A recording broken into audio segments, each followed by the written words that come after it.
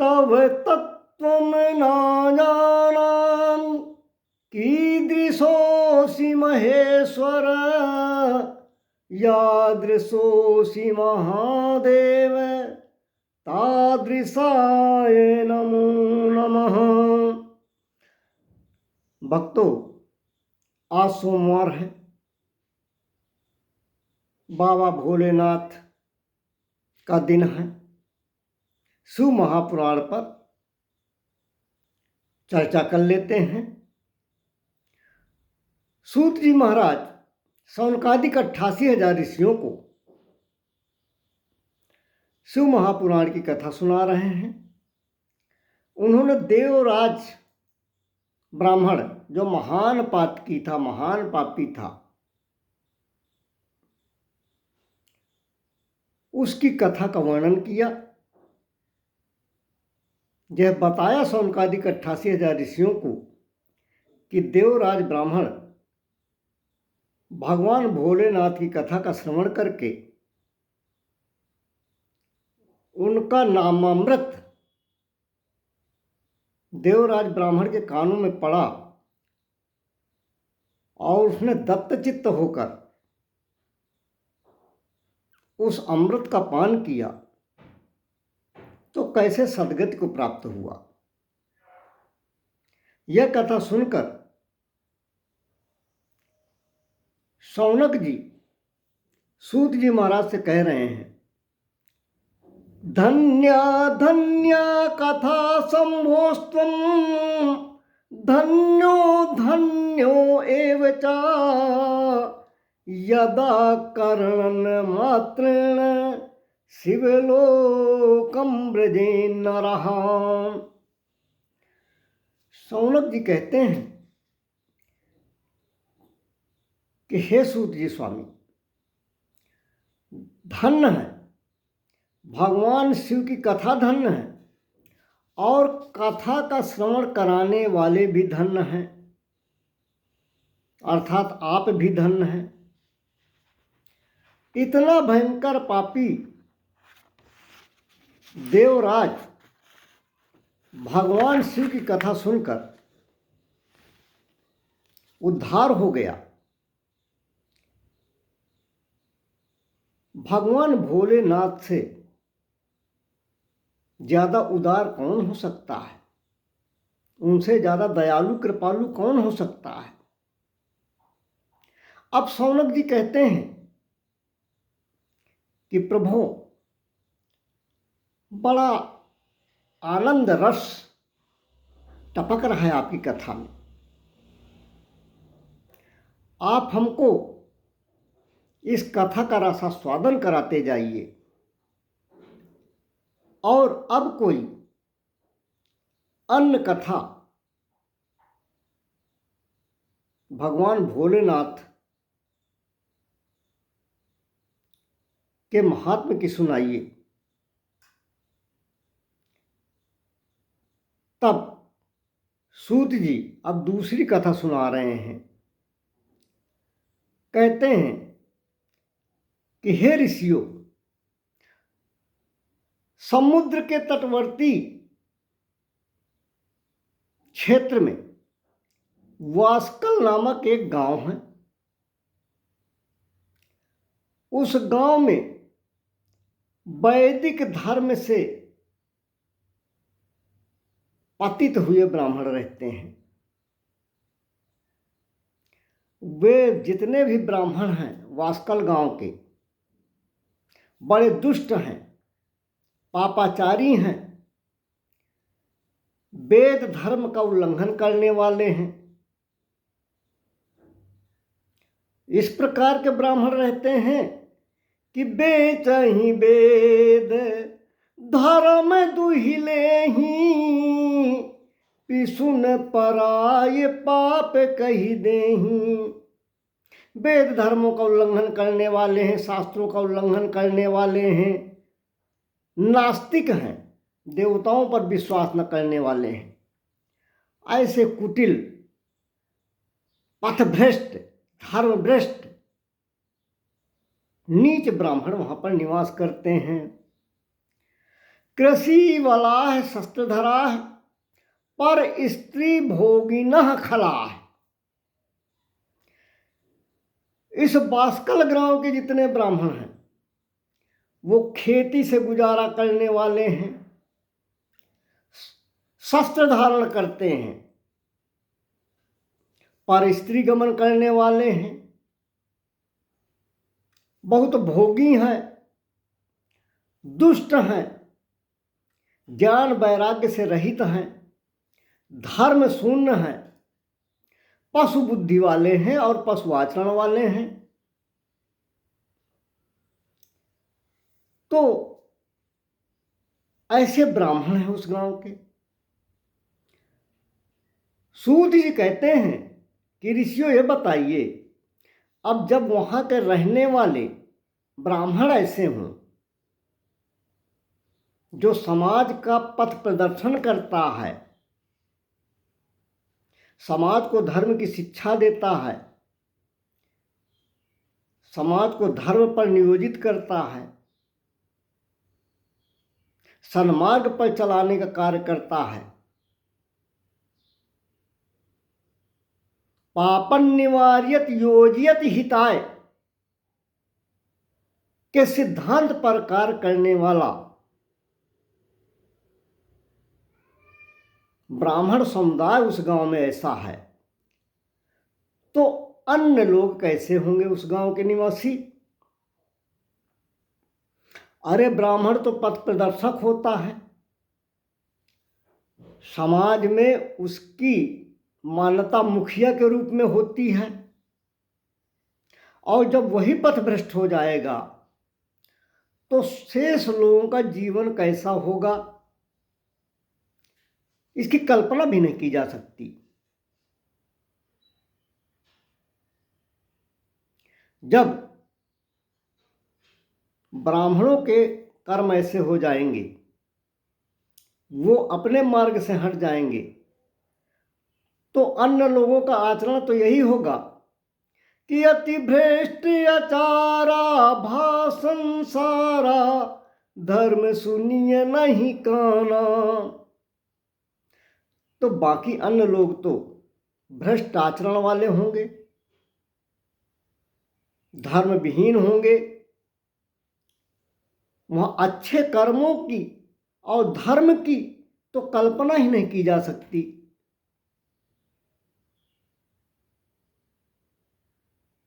तो वहां पर पूरी आबादी ही कुकर्मी थी, पाप परायण थी।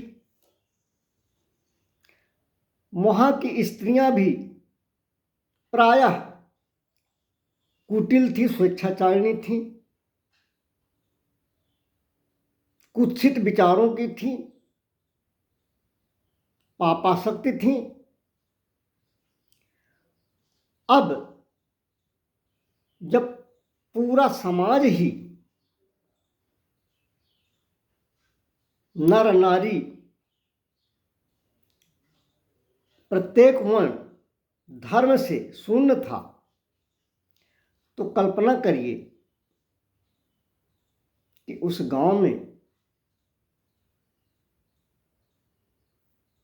धर्म की क्या स्थिति रही होगी।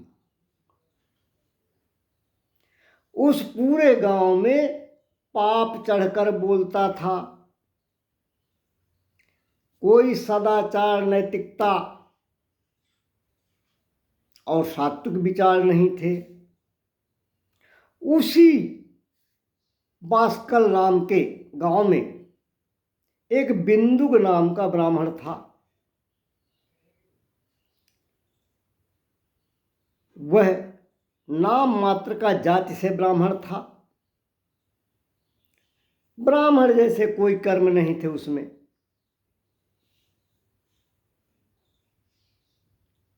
वह अर्थ वाला ब्राह्मण नहीं था, केवल नाम वाला ब्राह्मण था, कोई आचरण नहीं था ब्राह्मण वाला। बड़ा दुष्ट था, महापापी था बिंदुक। उसके बड़ी सुंदर स्त्री थी, पत्नी थी, और उसकी पत्नी धर्मपरायणा थी, नाम था चंचुला।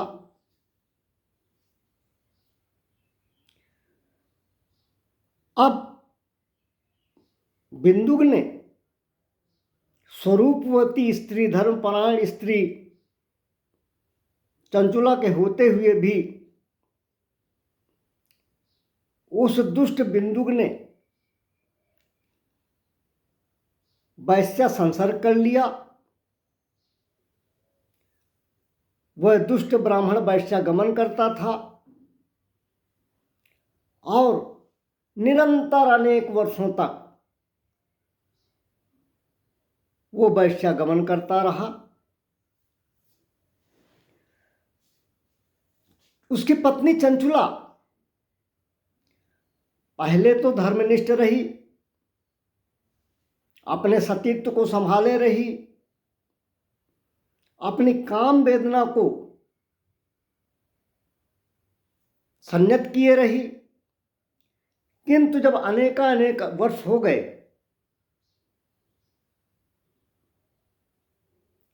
तो उसका मन कलुषित हो गया। चंचुला पथभ्रष्ट हो गई। अब चंचुला ने क्या किया कि वह अपने पति की दृष्टि छिपाकर पर पुरुषों के साथ समागम करने लगी। पर पुरुषों को अपने घर में बुलाकर उनके साथ रमण और विहार अनुचित रूप से करने लगी। अब एक बार बिंदुक ब्राह्मण ने अपनी पत्नी चंचुला को एक पर पुरुष के साथ आपत्तिजनक स्थिति में देख लिया। बिंदुक ब्राह्मण क्रोधपूर्वक अपनी स्त्री की ओर दौड़ा।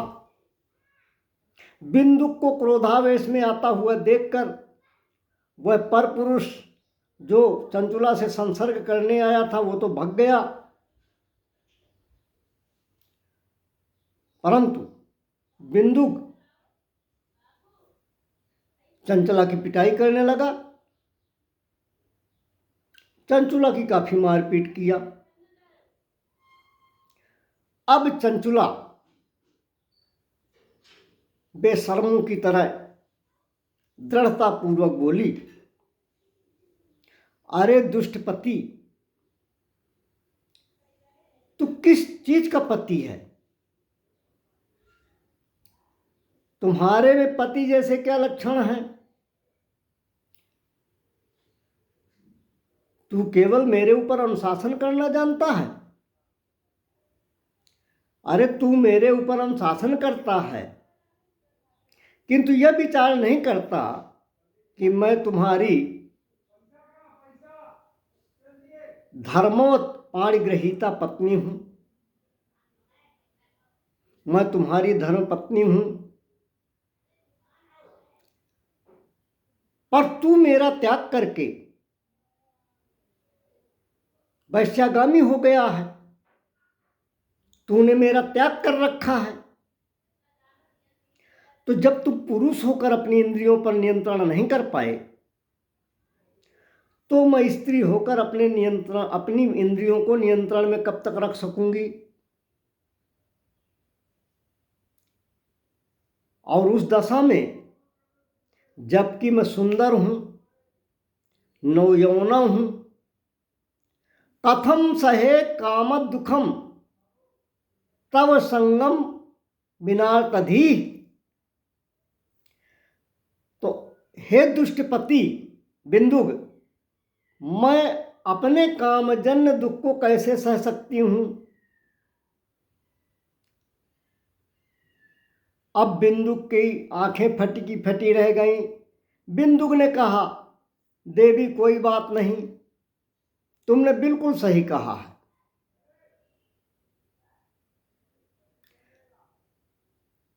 और तुमने बात तो सही कही है, किंतु इसमें मैं एक बात और तुमको कहना चाहता हूं।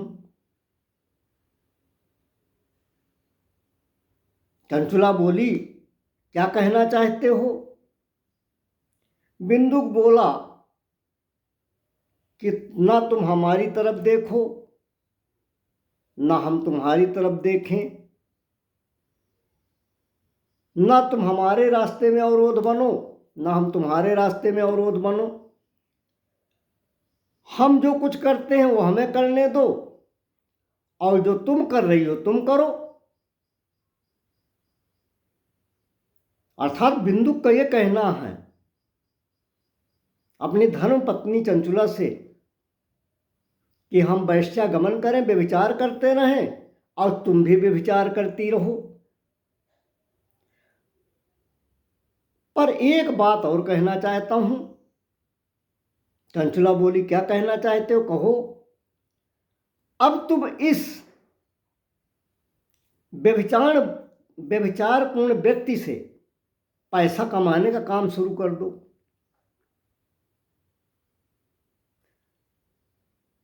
तुम पर पुरुषों के साथ रमण करती हो, व्यभिचार करती हो,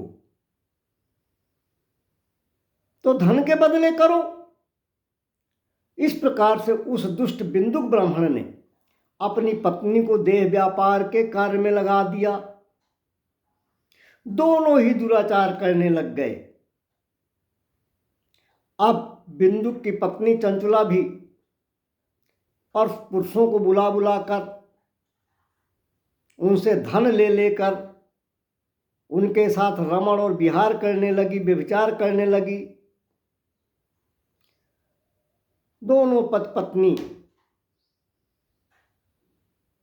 धर्मभ्रष्ट, आचरण पतित, दुराचारी, व्यभिचारी हो गए। सज्जनों, नारी कभी अपवित्र नहीं होती है। नारी पथभ्रष्ट तब होती है जब कोई पुरुष या पुरुषों का समाज चाहता है।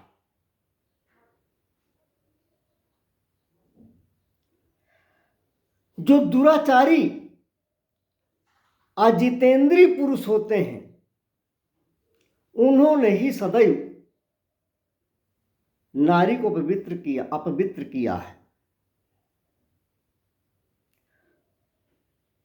बड़ा दुखजनक पहलू है कि मनुष्य ना जाने कितने घृणित कार्य करता है, ना जाने कितने दुराचार कुकर्म करता है, फिर भी वो अपने को पतित नहीं मानता, अपने को दुराचारी नहीं मानता। और जिसको वो जबरदस्ती गणिका बनाता है, जबरदस्ती वैश्या बनाता है, उस स्त्री को पतिता कहता है, धर्मभ्रष्ट कहता है, व्यभिचारिणी कहता है। अरे भाई, उस स्त्री को पतिता बनाया किसने?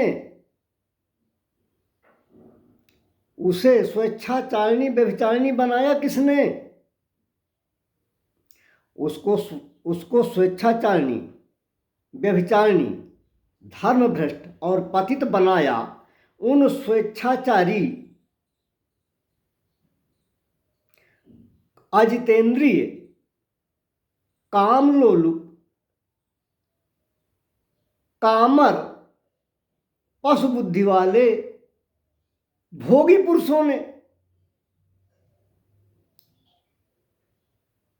अरे वो स्त्री तो देवी तुल्य थी, किसी की माँ थी, किसी की बहन बेटी थी, पर उसको घृणित काम करने के लिए, पाप जनित कार्य करने के लिए विवश किसने किया? पुरुष समाज ने। लेकिन जो उसको पाप कर्म में, दुराचार व्यभिचार में धकेलने का कार्य करता है, वही पुरुष उसकी निंदा तो करेंगे किंतु अपने दोष में सुधार नहीं करेंगे। स्थिति ये होती है कि दोष पराया देख के चले हसंत हसंत, अपने याद न आवई जाको आ दिन अंत। इसलिए यह चिंतन करना चाहिए पुरुष समाज को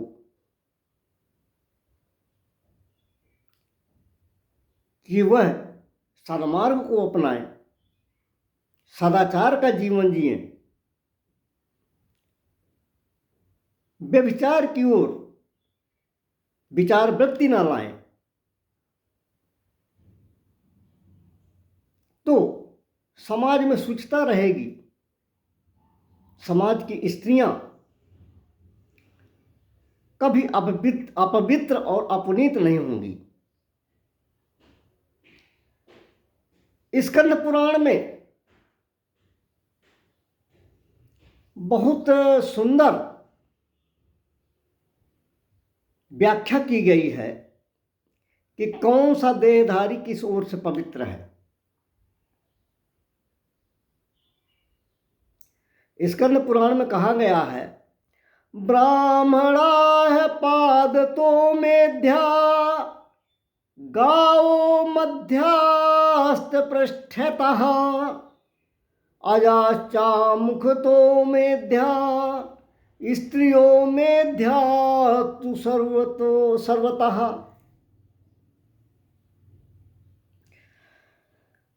ब्राह्मण पैर की ओर से पवित्र होता है,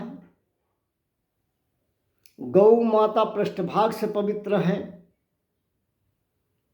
इसीलिए गौ माता की पूंछ पकड़ करके दान दिया जाता है। पृष्ठभाग से पवित्र होने के कारण ही गाय माता का गोमूत्र और गोबर, दुग्ध, दही ये सभी अत्यंत पवित्र माने जाते हैं। घोड़ा और बकरी मुख भाग से पवित्र होते हैं। अलग अलग जीवों का अलग अलग अंग पवित्र बताया गया है। ब्राह्मण पैर की ओर से ब्राह्मणों के चरण पवित्र बताए गए हैं। यह बात हम नहीं कह रहे हैं, यह बात भगवान व्यास जी कह रहे हैं। और यही बात भगवान व्यास कहते हैं कि नारी सर्वांग अंग से पवित्र होती है। क्यों? क्योंकि वो पातिव्रत धर्म का पालन करती है। तो स्त्री पातिव्रत धर्म का पालन करने के लिए सभी अंगों से पवित्र होती है। तो जितने देहधारी हैं, जितने जीव हैं, वो सभी अंगों से पवित्र नहीं होते हैं, किंतु जो नारी जगत होती हैं, नारियां होती हैं, वो सभी अंगों से पवित्र होती हैं। इसलिए समाज में नारी सबसे अधिक पूजनीय है। इसीलिए नारी को शक्ति स्वरूपा कहा जाता है। स्त्रियः पवित्रमतुलं नयता दुश्चंत कर्हिचित, मासी मासी रजो वैशाम दुष्कृतान्यपकर्षति।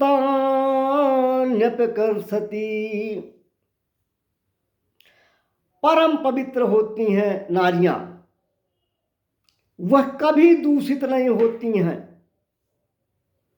क्यों दूषित नहीं होती हैं? क्योंकि प्रत्येक मास में रजो धर्म से जो रक्त निकलता है, वह नारियों के सब पापों को दूर कर देता है।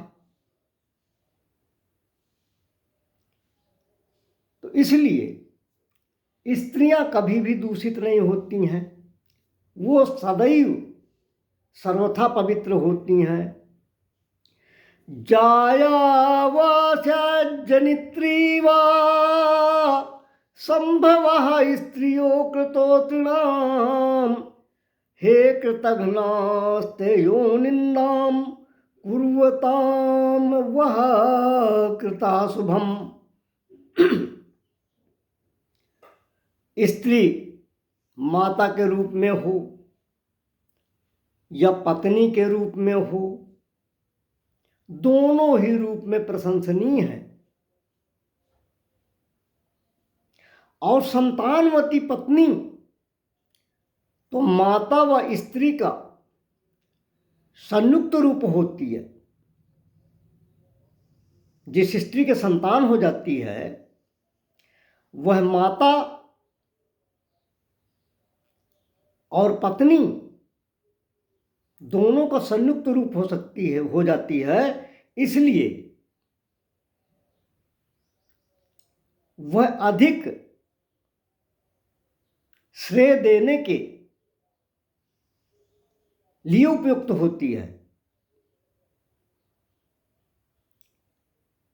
वह स्त्री और भी अधिक पवित्र होती है, और भी अधिक धन्य होती है। इसलिए व्यास जी कहते हैं, सूत जी के माध्यम से जो कथा हो रही है,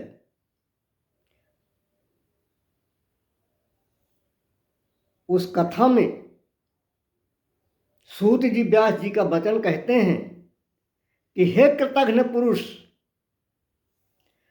तुझे पैदा करने वाली स्त्री है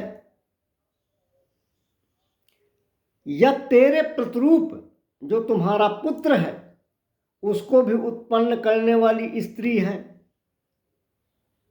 इसलिए स्त्री दोनों ही रूप में प्रशंसनीय है। अखिल सृष्टि की कर्ता स्त्री है। मानव जाति के उद्भव का स्रोत स्त्री है। इसलिए पुरुष स्त्री की कभी निंदा ना करो, अन्यथा तुम्हारा कभी कल्याण नहीं होगा। इस प्रकार से सूत जी महाराज शौनकादिक से स्त्रियों की शुचिता और पवित्रता का वर्णन कर रहे हैं। यह कथा अगले चरण में निरंतरता में जारी रहेगी। बोलिए भोलेनाथ भगवान की जय।